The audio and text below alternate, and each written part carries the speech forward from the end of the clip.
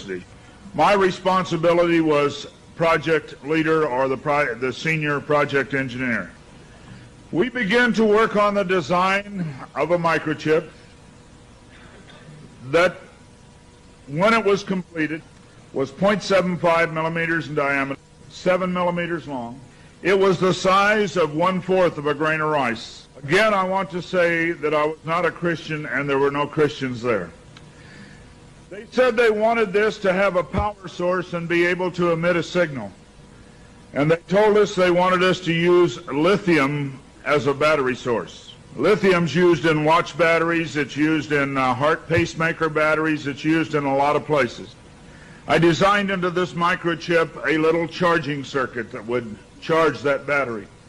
This sounds like a lot of technical things coming together, but if you'll bear with me 1 minute, you'll see what God has laid out about this microchip. When we discovered that we needed to be able to charge that battery, I needed a temperature change, a change in temperature, to cause current to flow through that little charging circuit that would charge the battery. So we began to investigate and find out where in the body does the temperature change the most rapidly. We spent over $1 million in taxpayer money, and when the results came back, there was a lot of information. We divided it up amongst 3 teams and then came back together with that information. It was determined that there were 2 places in the body that were ideal for the microchip.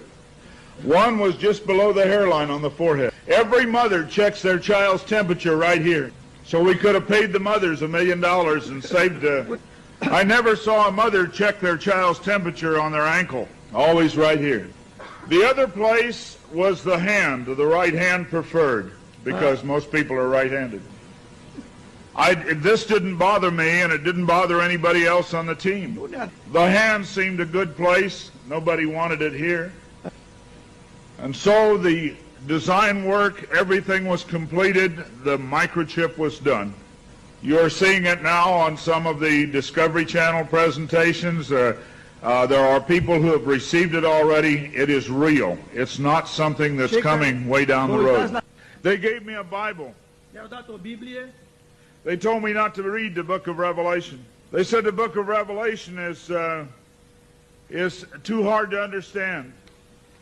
So I waited, and I didn't read the book of Revelation for quite some time. Then one day I came to Revelation 13, verse 16. And he caused us all, both small and great, rich and poor, free and bond, to receive a mark in their right hand or in their forehead. I didn't like what I saw. I went back and looked up the word mark. I went to the Strong's Concordance, and I found that John had used 3 words for the word mark: charagma, charicator, and charax. That was from the Greek.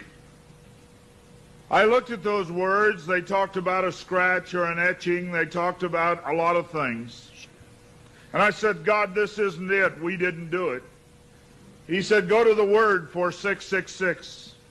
The word is chixastigma. In the Greek, it says to go to 4742 as a cross. The last half of the word chixastigma. And when I looked at what it says stizo, i.e. to stick, to prick, a mark incised or punched into for recognition of ownership. I thought about the little injection tool. The end of it is called an incisor. I began to weep and I began to cry, and I said, oh God, what have we done? I couldn't believe that this lined up with what we had developed. And I began to run from God. I didn't run away from the church, I ran into the church. I tried to do as many things as I could to atone for this. But I want to tell you something, as God is my witness here tonight, this got in the way. Money got in the way. I had beautiful homes overlooking the lake. I had all the things that I wanted, and I ran because of the money. My ability to go and get $250,000 in research money took me away from telling the message. I ran for many years. What I want to tell you is that this is real. The microchip implant is real. Credit cards are failing.